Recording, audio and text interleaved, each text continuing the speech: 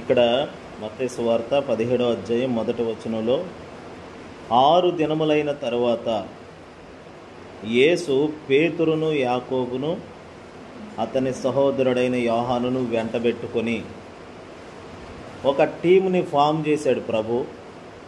అందులో ముఖ్యులైన ముగ్గురు, పేతురు, యాకోబు, యోహాను. వీళ్ళు ఇద్దరేమో సహోదరులు, ఒక ఆయనేమో పేతురు గారు. వీళ్ళ ముగ్గురిని వెంటబెట్టుకొని ఒక రూపాంతర కొండ మీదకి వెళ్ళటం గడిచిన దినాల నుండి మనకి అలవాటుగా వింటున్న వర్తమానంగా ఉన్నది. హల్లెలూయా. 6 దినములైన తర్వాత అంటే దినము వెంబడి దినము దేవుని కృపలో మనం జీవిస్తున్నాం. ఈరోజు గడిచిన తర్వాత రేపు ఒక కార్యం చేస్తాడు ప్రభు, ఏదైనా ఒక అద్భుతం చేస్తాడని ఒక నిరీక్షణ మనం కలిగి ఉండడానికి దేవుని దగ్గర మనకు చాలా విధాలైన ఆధారాలు దొరుకుతాయి. 6 దినములైన తర్వాత ఏం జరిగింది ప్రభు యొక్క పరిచర్యలో అంటే ఒక మహిమ దిగి రావటం, అలాగే ఆ మహిమను చూసేవారు ఉన్నారు, పొందుకున్న వాళ్ళు యేసుక్రీస్తుతో కలిసి వాళ్ళు కూడా ఉండటం.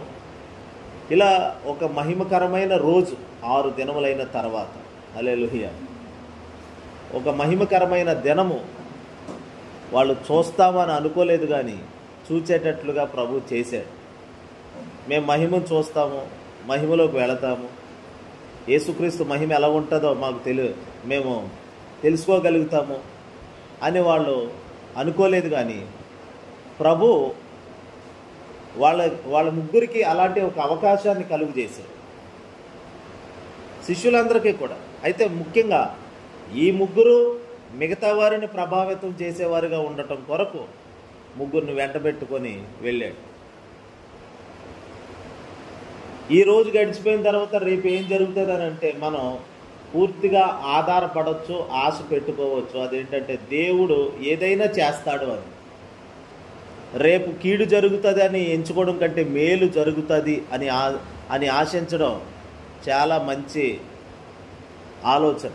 అందుకే పేతురు తన పత్రికలో మంచి దినములు చూడగోరువాడు అని మాట్లాడతాడు. చూడండి, మొదటి పేతురు పత్రికలో, పేతురు రాసిన మొదటి పత్రికలో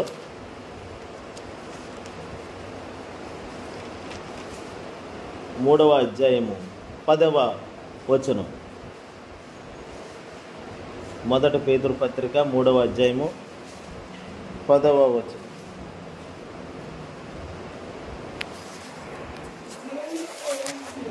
జీవమును ప్రేమించి మంచి దినములను చూడగోరువాడు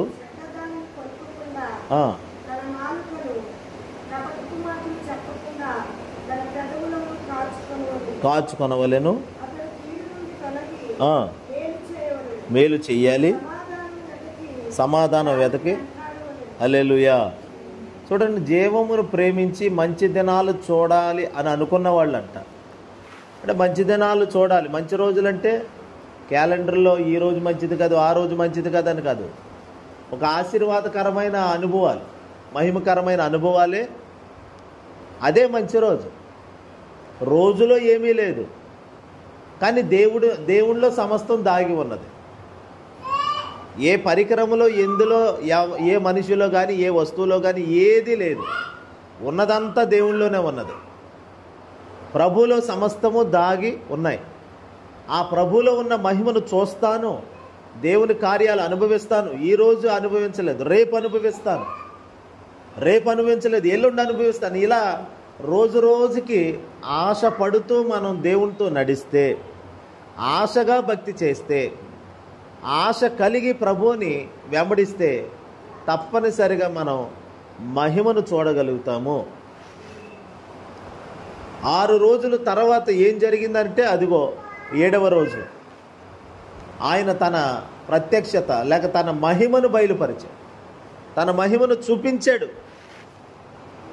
వాళ్ళు అనుకోలేదు, కానీ మనం ఇప్పుడు ఆశపడుతున్నాం, దేవా నీ మహిమ కావాలి, నీ మహిమను చూడాలి. మనకి ఇంకా ఎన్ని రోజులు ఉంది అమ్మా? ఇంకా 6 రోజుల 6 రోజులు ఉంది. ఇక్కడ కూడా 6 రోజులే. 6 రోజుల తర్వాత 6 రోజుల తర్వాత ఒక మహిమను చూశారు. ఇంకా మనకి 6 రోజులు ఉంది.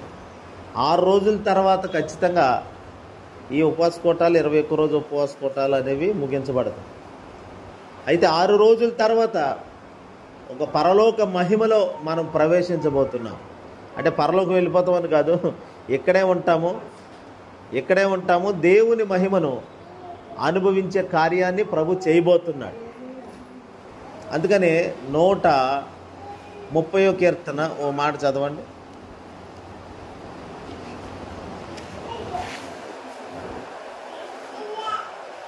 చూడండి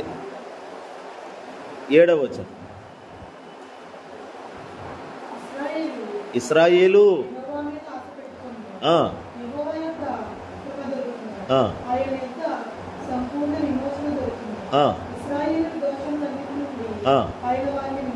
అదిగో ఇశ్రాయేలు యెహోవా మీద ఆశ పెట్టుకో.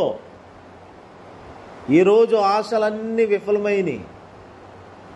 ఎవరికో ఏదో జరిగింది, అది విని మనకు కూడా అలా జరుగుతుందేమో అనే ఒక నిరాశ, అలాంటి పరిస్థితులు మన జీవితంలో దాపరిస్తాయేమో అనే ఒక భయం, ఒక ఆందోళన, ఇలాంటివన్నీ మనం ఊహించకూడదు. అసలు ఇవి ఊహించుకోకుండా మంచి జరుగుతుంది, నాకు నా జీవితంలో మహిమను చూస్తాను, సేవలో మహిమను చూస్తాం, పరిచర్యలో మహిమను చూస్తాం, నా కుటుంబంలో ఒక మహిమను చూస్తాను అనే ఒక నిరీక్షణ, విశ్వాసం కలిగి ఉంటే ఆ నిరీక్షణ మనల్ని ఖచ్చితంగా సఫలీకృతులుగా మారుస్తుంది, ఫలభరితంగా చేస్తుంది.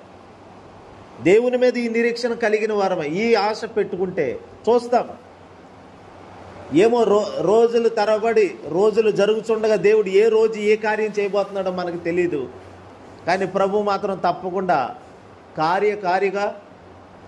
కార్యారంభము కంటే కార్యాంతము మేలు అన్నట్లుగా దేవుడు గొప్పగానే ప్రభు కార్యాలు చేయబోతున్నాడు. హల్లెలూయా. ఈ సంవత్సరం ముగింపు ఎలా ఉండబోతుందో ఏమి ఆందోళన చెందనక్కర్లేదు, లేక వచ్చే సంవత్సరం ఎలా ఉంటామో భయపడనక్కర్లేదు. రోజు రోజుకి నిరీక్షణ మనలో కనుక ఉంటే ఆ నిరీక్షణ మనకి దేవుని మీద ఆశ పెట్టుకునే కొలది ఇంకా నూతన కార్యాలు జరుగుతాయి. మనం ఫెయిల్ అయిపోము, మనం వెనకబడిపోము, మనము చిదిగిపోము, శిథిలమైపోము, ఇంకా బాగుంటాం మనం. హల్లెలూయా. ఇంకా శ్రేష్టమైన భక్తి చేస్తాం, నీవు ఇంకా దేవుళ్ళో నిలబడగలుగుతావు, నీవు ఇంకా మంచి భక్తి చేయగలుగుతావు. నీకులాగా ఇంకా ఎవరు పరిగెత్తలేనంతగా నువ్వు దేవుని కొరకు ఆరాటముతో పోరాటపడి దేవునికి సువార్త నిమిత్తం ఒక పోరాటం కూడా చేసే వ్యక్తిగా మారిపోతావు. హల్లెలూయా. నిన్న అభిషేక్ అన్న వాళ్ళ ఇంట్లో మొన్న ప్రార్థన జరిగింది. అంటే మన వాళ్ళు పెట్టుకోవాల్సిన ప్రార్థన అక్కడ పెట్టాం అభిషేక్ అన్నాళ్ళ ఇంట్లో. మీ ఇంట్లో పెట్టమంటావా అభిషేకు అని అడిగితే అక్కకి అడిగి చెప్తానండి అన్నాడు. అంటే వాళ్ళ మిస్సెస్ని అడిగి చెప్తానన్నాడు. సరే అడిగి నాకు ఏ విషయం చెప్పు అంటే కాసేపటికి ఫోన్ చేసి పెట్టండి అయ్యగారు అన్నాడు. సరే అని చెప్పి వెళ్ళాను. కానీ ప్రార్థన అంతా జరిగింది, వాక్యం చెప్పాము, అయిపోయింది. ఏ రోజు మొన్న 14వ తారీఖు రాత్రి కాదు 13వ తారీఖు రాత్రి ఆవిడ సాక్ష్యం చెప్తుంది. ఈరోజు ప్రార్థన ఎందుకులే అనుకున్నామండి, మొన్నే కదా పెట్టారు, మళ్ళీ ఇప్పుడు ఏంటి ప్రార్థన అనుకున్నాను. కానీ నాకు చాలా బలహీనంగా, ఎంతో ఆందోళనగా, భయంగా, కంగారుగా, చాలా జీవితం మీద విరక్తి కలిగి చికాకుగా ఉన్నాను నేను. కానీ ఇప్పుడు నాకు ఒక నిరీక్షణ, ఒక ఆశ, నాలో ఆ బాధ అంతా తొలగిపోయి ఏదో తెలియని ఆనందం, సంతోషం కలిగింది వాక్యం విన్నాక అని ఆవిడ సాక్ష్యం చెప్పి. హల్లెలూయా. బ్రతికినన్నాళ్ళు నాకు ఏమి వద్దు కానండి, నేను దేవుని కొరకు ఒక పాత్రగా వాడబడితే చాలు నాకు అని ఆవిడ కోరుకుంటుంది. జీవితం మీదే విరక్తి వచ్చిన పరిస్థితుల్లో ఉన్నాను ఈ రోజంతా నేను. కానీ అలాంటిది దేవుని వాక్యం వినుట వలన నాకెంతో ప్రాణం తెప్పరిల్లింది. జీవితం మీద ఇంకా ఆశ కలుగుతుంది. అంటే బ్రతికేయాలని, 100 సంవత్సరాలు బ్రతకాలని కాదు, బ్రతికినంతకాలము దేవునికి ఒక ఉపయోగకరమైన పాత్రగా నేను మారాలి. అందుకే ఆవిడ కానిస్టేబుల్ కదండి, జైల్లో అభిషేకాల భార్య కానిస్టేబుల్. ఆవిడ ఖైదీలకి సువార్త చెప్తుందండి. దేవుని కొరకు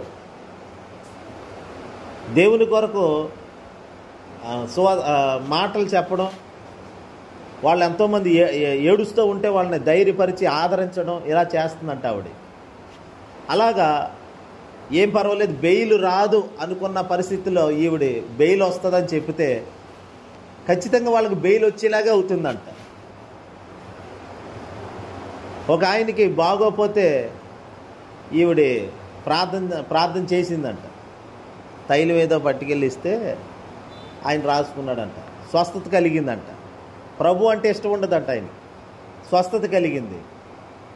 అమ్మ రాత్రి ప్రశాంతంగా నిద్రపోయాను, చాలా బాగుంది నాకు ఈ ప్రేయర్ చేసుకున్నాక అని చెప్పాడంట. అప్పుడు నాకు అదే తృప్తి అనిపించింది పాస్టర్ గారు. ఏదో అనుకున్నాను జీవితం అంటే, కానీ జీవితం జీవిస్తే, దేవుని కొరకు జీవిస్తే అందులో చాలా తృప్తి ఉంటుంది అని ఆవిడ చెప్తుంది. చూడండి దేవుని బిడ్డలారా, మన జీవితం మీద ఎప్పుడు విరక్తి చెందనక్కర్లేదు.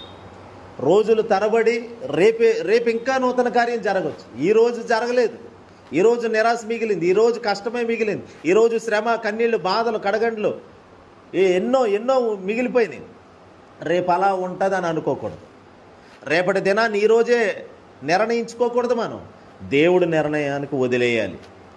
దేవుని నిర్ణయానికి విడిచిపెట్టేస్తే ఆయన అద్భుతంగా రేపటి రోజును అద్భుతంగా డిజైన్ చేసి మనకిస్తాడు. అద్భుతంగా అలంకరించి దాన్ని రూపుదిద్ది, రేపు నిజమే కీడు ఉంది, రేపు అపాయం ఉంది, రేపు అనారోగ్యం ఉంది, రేపు ఏదో శ్రమ, ఏదో శోధన ఉంది కాదంట్లా. కానీ దేవుడు దాన్ని మన జీవితానికి ఆశీర్వాదంగా దానిని చక్కగా అద్భుతంగా మలచి రూపుదిద్ది డిజైన్ చేసి మనకిస్తాడు రేపటి రోజును. హల్లెలూయా. ఆయన ప్రతి దినమును చూసి, ఆయన సృష్టించిన సృష్టి అంతటినీ చూసి ఇది చాలా మంచిదిగా ఉండెను అని చెప్పాడు. ఆయన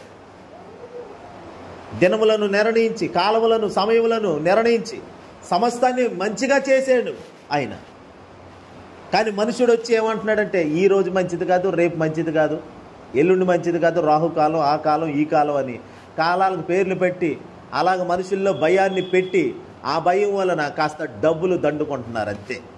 ఇదంతా డబ్బులు దండుకునే కార్యక్రమమే తప్ప భయం మనుషుల్లో భయాన్ని నింపడం వలన ఆ భయం ఏం చేస్తుందంటే ఏవైనా ఖర్చు పెట్టి ఇచ్చేస్తుంది వాళ్ళతో. ఒకడు ఏదో దొంగతనం చేశాడు అనుకోండి, వాడికో భయం, అమ్మో నేను దొంగతనం చేశాను, ఆ కీడంతా వచ్చేస్తుంది. మా కీడు పోవాలంటే ఏం చేయాలి? నువ్వు దొంగిలించిన దాంట్లో 50% పట్టుకెళ్ళి మేరీ మాతకు ఒక కిరీటం పెట్టాలి అని ఎవడో చెప్పాడు అనుకోండి, ఆ భయాన్ని బట్టి ఆడేం చేస్తాడంటే మేరీ మాతకు ఒక కిరీటం పెట్టేసి వస్తాడు. ఎందుకంటే అది భక్తితో చేసింది కాదు, అది భయము వాడితో అలా ఖర్చు పెట్టేస్తుంది. భయము హాస్పిటల్ చుట్టూ తిరిగేలా చేస్తుంది. భయము అనారోగ్యాలు తీసుకొచ్చి పెడుతుంది. భయము నీవేమిటో ఎరగకుండా నీవు ఏ కృప పొందేవో, ఎవరిని కలిగి ఉన్నావో, ఏ అభిషేకం నీ మీద ఉందో, ఏ మహిమను కలిగి ఉన్నావో మర్చిపోయేలా చేసి ఎన్నడూ భయపడని వ్యక్తులకు భయపడేలాగా చేస్తుంది భయం. ఏలియా జీవితంలో ఒక భయం కలిగితే ఆ భయము, ఒక స్త్రీ వలన కలిగిన భయము పారిపోయేలాగా చేసింది. సేవ వదిలిపెట్టి పారిపోయేలా చేసింది. సేవను వదిలిపెట్టి, ఏమండి దేవుడిచ్చిన పనిని వదిలిపెట్టి, ఆత్మను వదిలిపెట్టి పారిపోయేలాగా చేసింది. ఏది? ఒక స్త్రీ పుట్టించిన భయము వలన. రేపు ఈ వేళకి నిన్ను చంపేస్తామని ఏలియాకి వర్తమానం పంపిన కారణంగా ఆ భయము ఏలియా హృదయంలో పడి భయం అనే విత్తనం అదిగో పారిపోయాడు, వెళ్ళిపోయి ఎక్కడో దాక్కొని అక్కడ విజ్ఞాపన చేస్తున్నాడు. హల్లెలూయా చెప్పండి. చూడండి దేవుని బిడ్డలారా, భయానికి చోటు ఇవ్వద్దు. భయము నిన్ను ఏమైనా చేయిస్తుంది.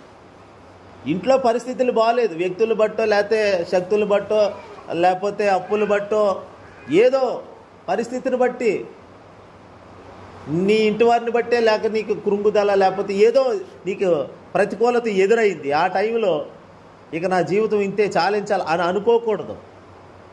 ఓ నిరీక్షణ, ఒక ఆశ కలిగి ఉండాలి. రేపటి దినాన్ని దేవుడు అద్భుతంగా డిజైన్ చేస్తాడు అని. హల్లెలూయా. దేవుడి చేతిలో ఉన్నాయి సమస్తము కూడా. దేవుడు నిర్ణయించగలడు రేపు ఎలా ఉండాలో మనకి. అందుకనే దేవుడు నిర్ణయించాలంటే ఇప్పుడే మనం ఆ ఆలోచన తెచ్చుకోవాలి.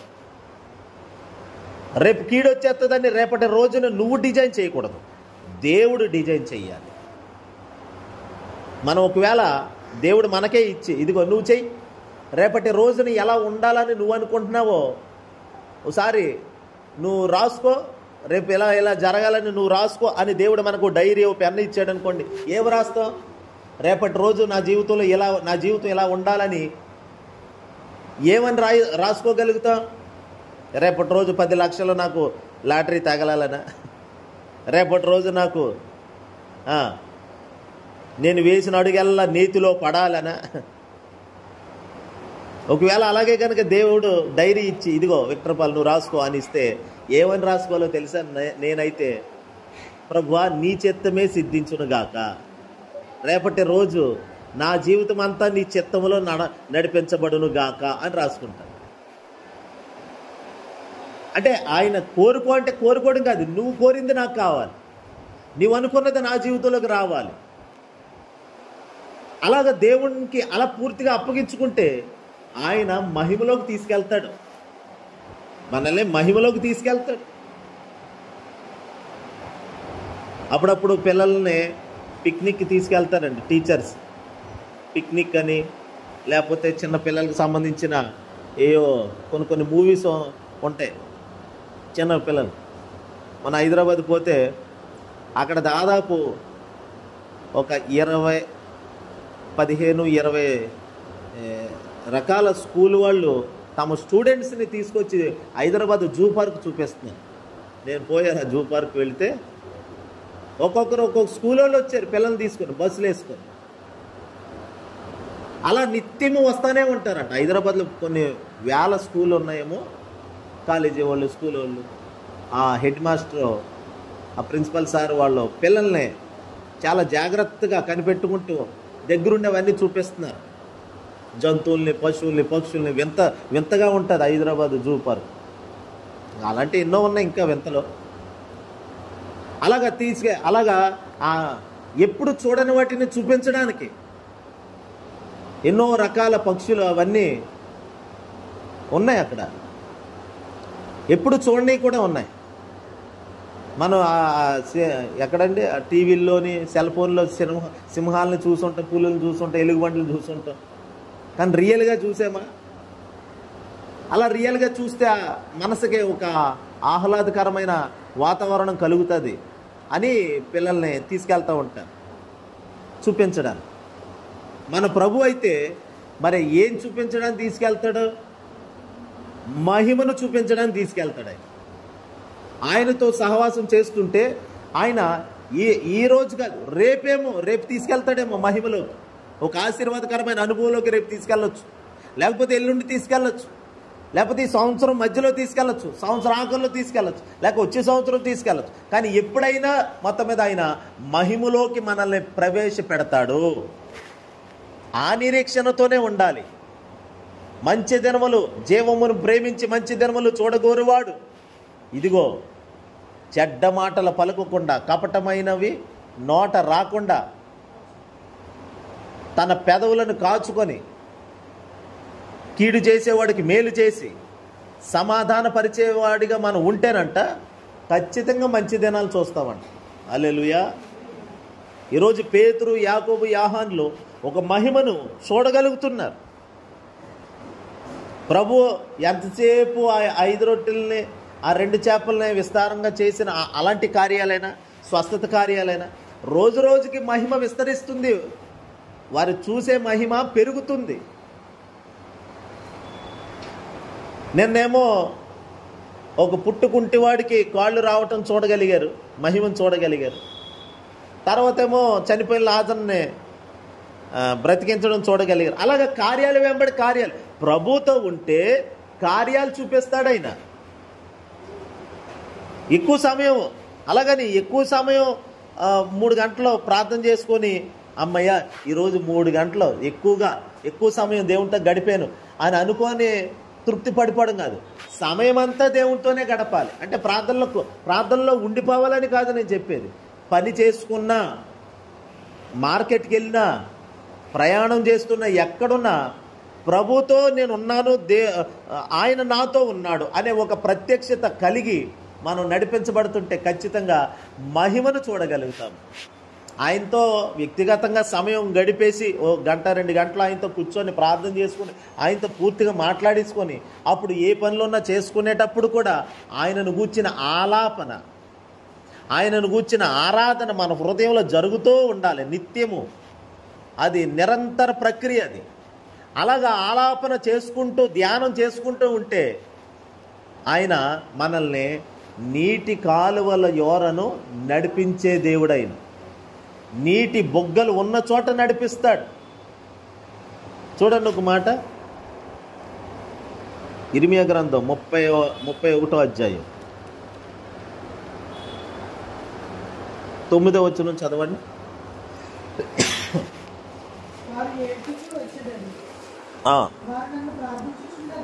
వారు నన్ను ప్రార్థించుచుండగా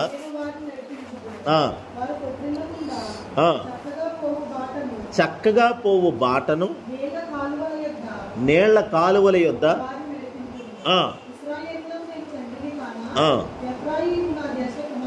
చూడండి, అక్కడ వారు ఏడ్చుచూ వస్తారు. ఇప్పుడు ఏడ్చుచూ వచ్చేవాడు చాలా సంతోషకరంగా మారి సంతోషాన్ని పొంది నవ్వుకుంటూ వెళుతున్నాడు. మళ్ళీ తిరిగి వచ్చేటప్పుడు ఏడుపు, వెళ్ళేటప్పుడేమో సంతోషం. ఏమిటి ప్రక్రియ? ఎందుకంటే ప్రార్థన అక్కడ చూడండి, వారు నన్ను ప్రార్థించుచుండగా, వారు నాకు మొరపెట్టుచూ ఉండగా నేను వారిని నడిపించుదును. ప్రార్థనలో నడిపింపు దొరుకుతుంది.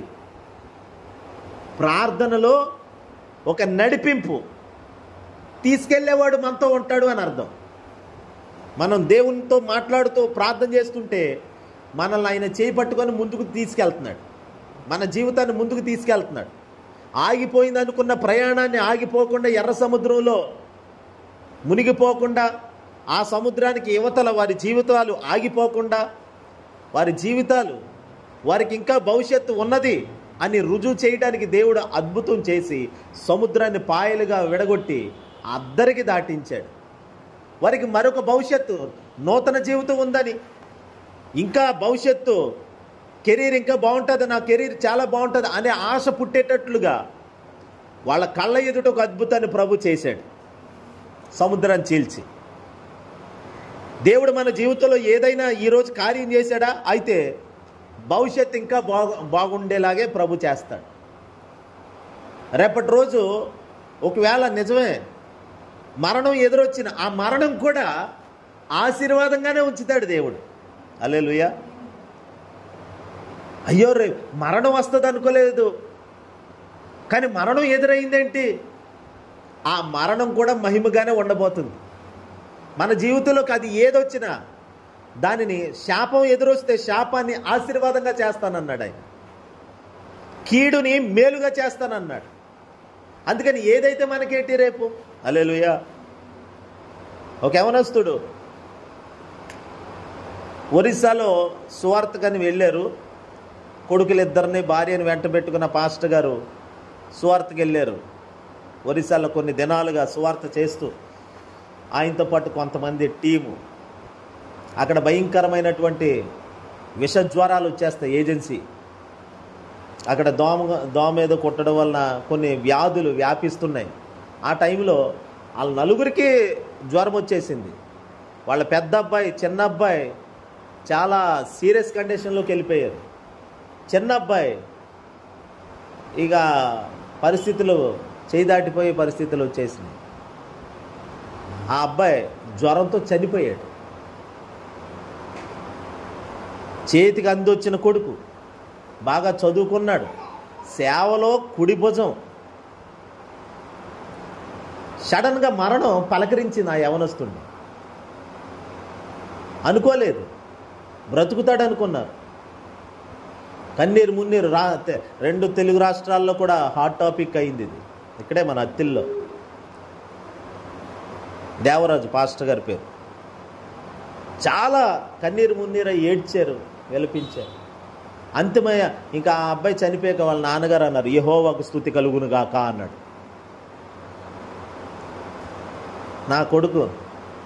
నా కొడుకుని దేవుడు తన ఒడిలో పెట్టుకోవడానికి తీసుకెళ్ళాడు అని సంతోషపడ్డాడు. ఇప్పుడు ఆ అబ్బాయి ఎంతగా సువార్త చేశాడో, తన సాక్ష్యం ఏమిటో ఎవరికి అంతకుముందు తెలియదు. ఎప్పుడైతే ఇలా జరిగిందో ఇప్పుడు అనేక సంఘాలలో ఇది ఒక సాక్ష్యముగా నిలబడింది క్రైస్తవ్యం ఎదుట. ఈ సాక్ష్యాన్ని బట్టి యవనస్తులు రక్షణలోకి వస్తున్నారు. అనేకులకి ఆదరణ కలుగుతుంది, అనేకులకి ధైర్యం కలుగుతుంది. ఇప్పుడు ఆ యవనస్తుడి యొక్క మరణం శాపము కాదది. ఆ మరణం ఏదో కన్నీరు మున్నీరు అయిపోయి ఇంకా వాళ్ళు కృంగిపోవడానికి కాదు.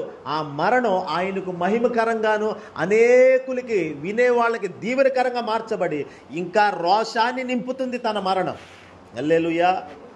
అందుకని దేవుని వైపు చూస్తూనే, ఆయన మీద ఆశ పెట్టుకుంటూనే ముందుకెళితే రేపు ఇంకా భవిష్యత్తు అద్భుతంగా ఉండబోతుంది.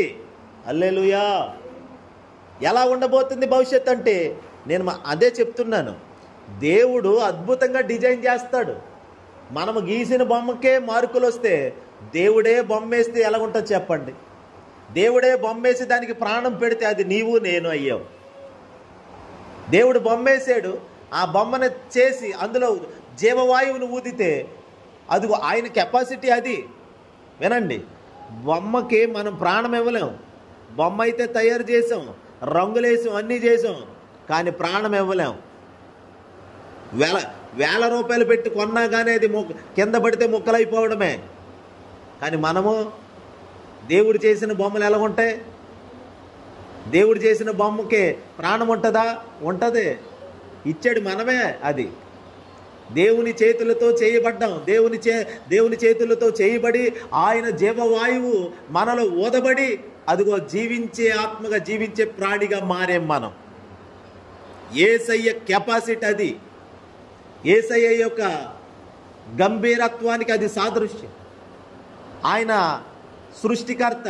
ఆ సృష్టికర్త మన జీవితాలకి ఇన్ని విధములైనటువంటి కార్యాలు చేసి మనల్ని అద్దరికి దాటించేటప్పుడు నిరీక్షణతో ముందుకు వెళ్ళేలాగా ప్రభు చేస్తున్నాడు. హల్లెలూయా చెప్పండి. నిరీక్షణ కలిగేటట్లుగా. ఇంకా రేపు లేదు. ఎందుకు లేదు?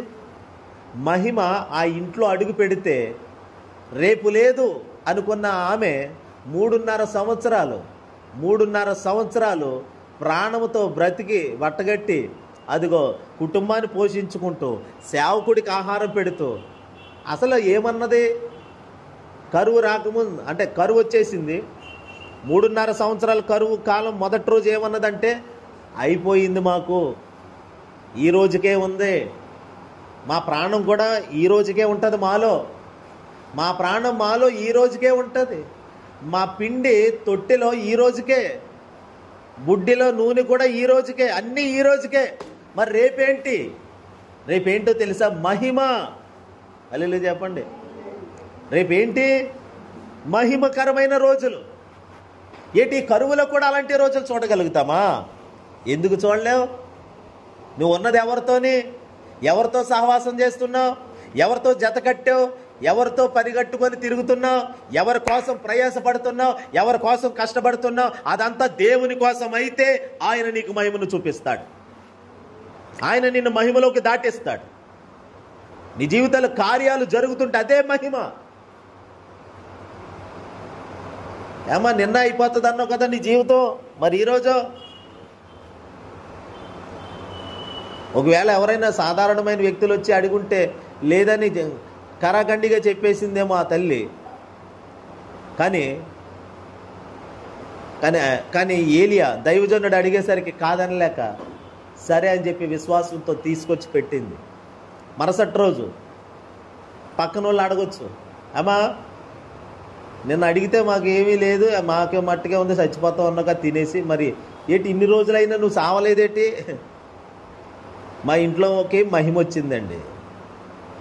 మహిమకరమైన రోజులు చూస్తున్నాం మేము, మంచి రోజులు వచ్చినాయి మాకు. ఏ టైంలోనమ్మా మీకు అల్లు చెప్పండి, ఏ టైంలో మంచి రోజులు వచ్చినాయి నీకు? చక్కగా వర్షాలు పడి పంటలు పండి ఏమండి మంచి కలెక్షన్స్ ఉన్న రోజా? చక్కగా భూభాగం అంతా బాగా పంటలతో నిండిపోయిన రోజా? కరువు, వర్షాలు లేవు, భయంకరమైన కరువు, ఏం చెయ్యాలో తెలియదు. ఆ టైంలో మహిమకరమైన రోజులు చూడగలుగుతుంది ఆమె. ఎందుకనంటే మహిమ ఆమె ఇంట్లో ఉన్నది, మహిమ కలిగిన దైవజనుడు ఆమె ఇంట్లో ఉన్నాడు. మహిమను భరిస్తున్నామే, మోస్తుందా ఇంట్లో, కాచుకుంటుంది మహిమను. హల్లెలూయా. సహవాసాన్ని కాచుకుంటుంది. యేసుక్రీస్తుతో సహవాసాన్ని కాచుకోవాలి మనం, పరిశుద్ధులతో సహవాసాన్ని కాచుకోవాలి. దైవజనుడు ఒకవేళ అమ్మ నేను వెళ్ళొస్తాను అని అంటే, ఇంతవరకు ఉన్నాను కదా ఒక 6 నెలలు ఉండి సరే అమ్మా వెళ్తాను అన్నాడు అనుకోండి, వద్దయ్యా కరువు ఎన్ని రోజులు ఉంటుంది అన్ని రోజులు ఎక్కడే ఉండండి. అలా కాపాడుకుంది సేవకుడిని. హల్లెలూయా. అంటే మహిమను కాచుకుంది. సేవకుల సహవాసాన్ని, దేవుడిచ్చిన సేవకుల్ని సద్వినియోగం చేసుకోవాలి విశ్వాసులు. ఆ సారేపతు విధవరాలు సద్వినియోగం చేసుకుంది సేవకుడిని. ఇన్ని రోజులు మా ఇంట్లో ఎందుకంటే పాస్టర్ గారు, ఇంకా అలాగే వెళ్ళి రావచ్చు కదా, ఇంకెవరో లేరండి, ఇంకెవరో లేకపోతే. మొన్న హైదరాబాద్ వెళ్ళినప్పుడు నేను ఏ ఇంటికి పోలే, ఎవరి దగ్గరికి వెళ్ళలేదు. ఒకే ఇంట్లో మురళి గారని ఒకసారి మన మధ్యలోకి వచ్చారు. ఆవిడ మురళి అనే సిస్టర్ గారు, ఆమె ఇంట్లోనే ఉన్నాం మేము. చిన్నపిల్లల్ని తీసుకొని వెళ్ళాం కదండి, ఎక్కడికి పోలే. ఆమె నిజంగా 3 పిల్లలు ఆవిడకి.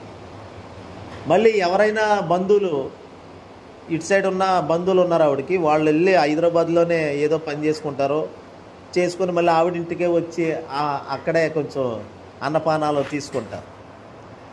ఎవరిని కాదందా. ముఖ్యంగా సేవకులు వస్తే ఆవిడింటికి కాదు అనలేదు.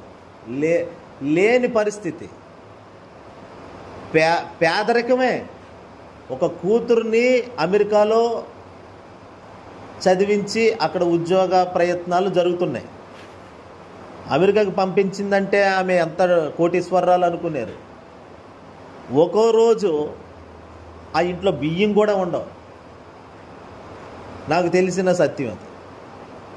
ఆ ఇంట్లోనే మేము ఉంటే మమ్మల్ని ఎక్కడికి పోనివ్వకుండా, ఎన్ని రోజులు ఉంటారో ఇక్కడే ఉండి మీ పని ముగించుకొని అప్పుడు వెళ్ళండి అన్నది ఆవిడ. హల్లెలూయా. ఆ 4 రోజులు అక్కడే ఉన్నాం. ఉదయం టిఫిన్, మధ్యాహ్నం భోజనం, రాత్రి భోజనం, ఇట్లాగా చక్కగా శ్రేష్టమైన ఆహారం పెట్టి విసుక్కోకుండా, మళ్ళీ టీ టైంలో టీ అన్నీ ఇస్తూ అక్కడ ఉండి ఆ 4 రోజులు ప్రార్థనలో కొనసాగాం. నేను ఒక సేవకుల్ని కలవడానికని వెళ్ళాను. ఆ సేవకులు మొదటి రోజు కుదరలేదు, రెండో రోజు అలాగా. అందుకని ఇంకా అక్కడే ఉండిపోవాల్సిన పరిస్థితి వచ్చింది. ఆయన కలిసే వరకు కూడా లాస్ట్ రోజు కలిసి వచ్చేసామన్నమాట. అంటే అలాగ మహిమను భరిస్తూ ఆ మహిమను కాచుకుంటూ ఉన్నందుకు ఆ సారేపతు విధవరాలు ఇల్లంతా సంతోష సంభ్రమాచర్యాలతో నిండిపోయింది. ఆకలి అనేది తెలియదు, పోషణ జరుగుతుంది ఇంట్లో. సేవకుల్ని కాచుకుంటూ ఆ మహిమ విలువ ఏమిటో ఎరిగిన వ్యక్తిగా భద్రంగా కాపాడుకుంటూ ఉన్న కారణంగా ఆ ఇంట్లో సమృద్ధి కలుగుతుంది. ఎవరైనా నా దగ్గరికి ఎవరైనా సేవకులు వచ్చినా ఏ సేవకుడు వచ్చినా విసుకోకుండా ఇక్కడ ఇలా వాక్యం చెప్పి వెళ్ళిన తర్వాత కొంచెం అలసట వచ్చి అలా జారబడితే సరిగ్గా బెల్ల మోగింది, వెళ్ళి చూస్తే ఓ పాస్టర్ గారు సరిగ్గా 3:30కి వచ్చేది. అప్పుడే నిద్ర పడుతుంది మధ్యాహ్నం. ఇంక ఇద్దరం లేచి టీ పెట్టమంటే ఆవిడ టీ పెట్టింది, మంచినీళ్ళు ఇచ్చి ఫ్యాన్ వేసి కూర్చోబెట్టి కొన్ని విషయాలు ఆయనతో మాట్లాడి మనం ఏం చేయగలుగుతామో అదే ఆ సేవకుల కొరకు చేయడానికి ప్రభు కృప చూపాడు. హల్లెలూయా. చూడండి దేవుని బిడ్డలారా, నేనైనా మీరైనా దేవుని మహిమను కాచుకోవాలి. పోకుండా కాచుకుంటే అది ఇంకా వృద్ధి అవుతుంది మనకి.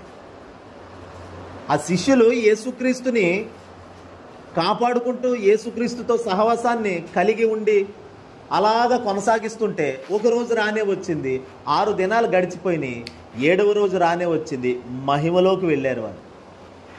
హల్లెలూయా. ఓ మహిమకరమైన స్థలానికి ప్రభు తీసుకెళ్ళి ఆ మహిమలో నిలబెట్టి ఆ మహిమను చూసేలాగా చేసి, హల్లెలూయా, ఆకాశం నుండి తండ్రి స్వరం కూడా వారు ఎన్నడూ తండ్రి స్వరం వినలేదు. చూడండి, అక్కడ యేసయ్య అక్కడే ఉన్నాడు, కానీ తండ్రిని చూడలేదు, తండ్రిని స్వరం వినలేదు. కానీ ఇప్పుడు వాళ్ళు తండ్రి స్వరాన్ని కూడా విన్నారు అక్కడ. ఇదిగో ఈయన నా ప్రియ కుమారుడు, ఈయన యందు నేను ఆనందిస్తున్నాను, ఈయన మాట వినుడి. ఎవరి మాట వినాలో పరలోకము నుండి ఒక రూఢిగా ఒక మాట తండ్రి పలికాడు, ఆ స్వరం కూడా విన్నారు. మహాదివ్య మహిమ నుండి ఒక శబ్దము రాగా మేము వింటిమి అని పేతురు సాక్ష్యం పలికాడు తన పత్రికలో. మహాదివ్య మహిమ నుండి వచ్చిన శబ్దము వినే భాగ్యము కలిగింది మాకు. హల్లెలూయా. ఆ మహిమను కూడా చూసే భాగ్యం కలిగింది మాకు. ఏముందలే అని నిరాశపడిపోతూ ఉంటే ప్రాణము తెప్పరెళ్ళదు.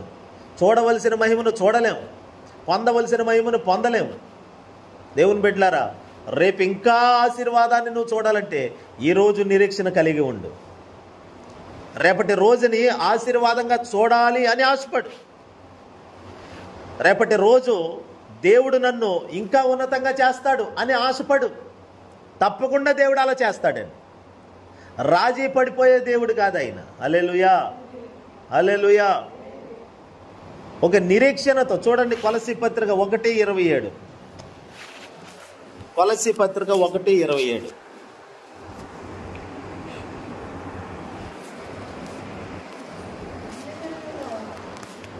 అన్యజనులలో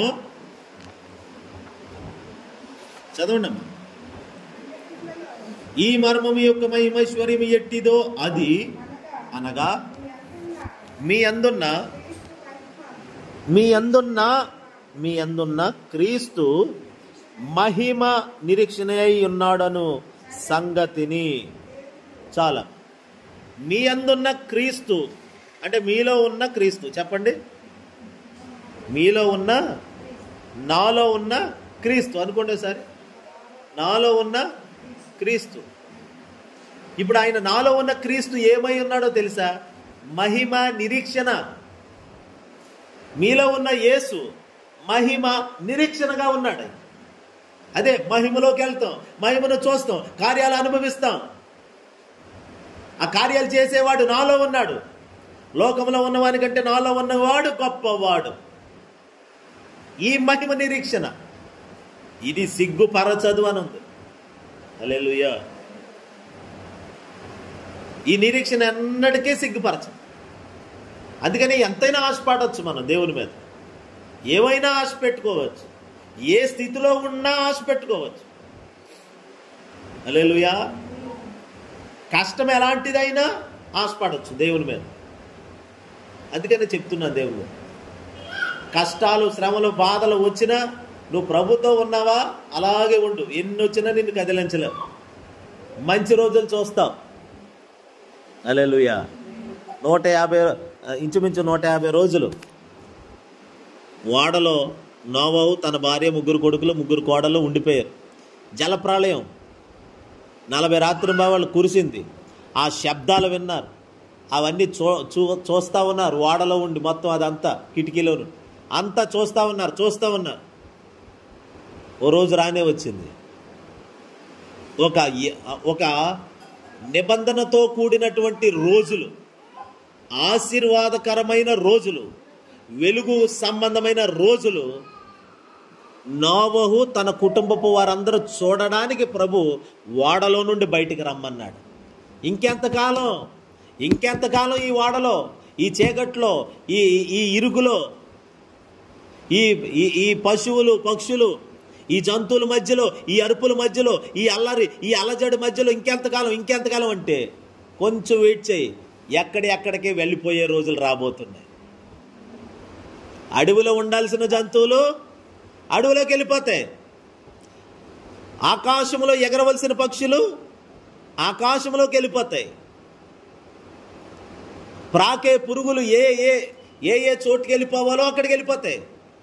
నోవహు ఓపిక పట్టు, ఈ దినములు ఓపిక పట్టు, ఒక రోజు రాబోతుంది ఎక్కడికి వెళ్ళిపోతాయి. వాళ్ళను దాచిపెట్టావు కదా, అవన్నీ అక్కడికక్కడే వెళ్ళిపోతాయి. నీవు నీ కుటుంబం భూమికి మొదటి వ్యక్తిగా, ఈ భూమి మీదే జనముల యొక్క ఉత్పత్తికి మూల కారకుడుగా నువ్వు ఉండబోతున్నావు. ప్రపంచానికి రాజుగా నువ్వు ఉండబోతున్నావు. ఈ లోకమంతటిని ఏలుబడి చేసిన మొదటి వ్యక్తి అనే పేరు నీకు రాబోతుంది. కొంచెం ఓపిక పట్టు, మంచి రోజులు చూడబోతున్నావు. హల్లెలూయా. చూశాడండి, నోవహుకి దేవుడు చూపించాడు. ఆయనతో ఉంటే ఆయన శ్రేష్టమైన చూపిస్తాడు. ఇందాక ఇర్మియాలో చదివాం ఏమంటే, నీటి ఊటల యొద్ద కాలువలు ప్రవహించే చోట ఆయన నడిపిస్తాడంట, తొట్రెళ్ళకుండా నడిపిస్తాడంట. ఎందుకో తెలుసా? వారు నన్ను ప్రార్థించుచుండగా నేను వారిని నడిపించదను. ప్రార్థనలో ఆయన వచ్చి నడిపిస్తాడు, పరిశుద్ధాత్ముడు వచ్చి నడిపిస్తాడు. ఆ నడిపింపు ఎక్కడికంటే మహిమలోకి తీసుకెళ్తాడు. మహిమలోకి వెళ్ళిన జీవితాలు ఎలాగుంటాయంటే తొట్రెళ్ళకుండా ఉంటారంతే. మహిమలో ఉండేవాడు తొట్టిల్లిపోడు. ఇప్పుడు తొట్టు పడుతున్నాం, రేపు మహిమను చూడబోతున్నాం. మహిమలోకి వెళ్ళిపోతే తొట్టిల్లం ఇంక మళ్ళా. హల్లెలూయా. పడిపోయిన వారిని చూసి నువ్వు దిగులు పడి ఇది కూడా ఉండదు. ఇక వాళ్ళ వేళ్ళ ఎవరినే చూడం.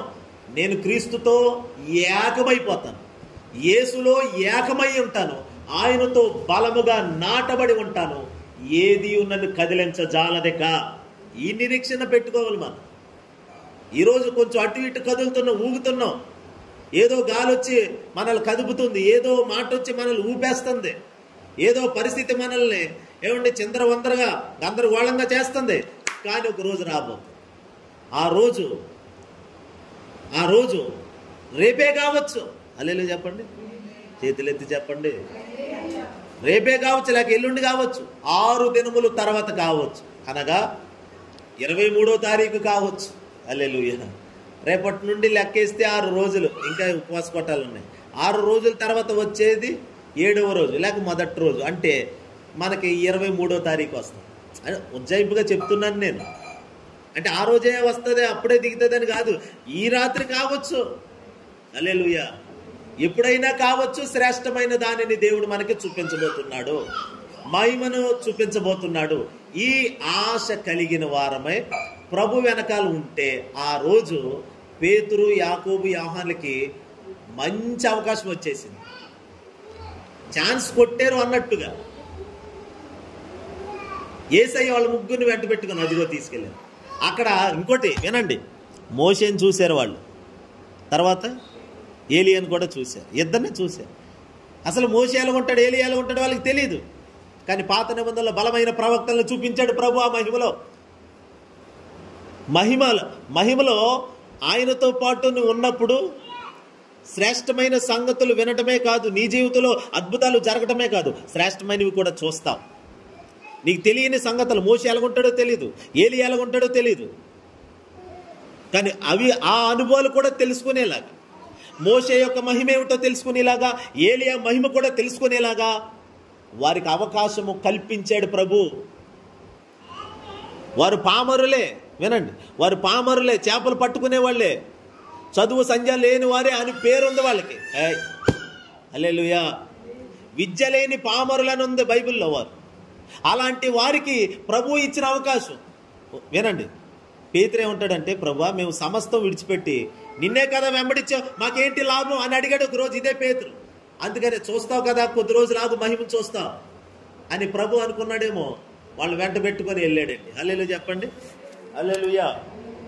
మేము సమస్తాన్ని విడిచిపెట్టి నిన్ను వెంబడించావు కదా, మాకేంటి ప్రయోజనం, మాకేంటి లాభం అని అడిగితే ప్రభు వారికి ఇచ్చిన గొప్ప సమాధానం కాదు, సమాధానం ఇచ్చాడు.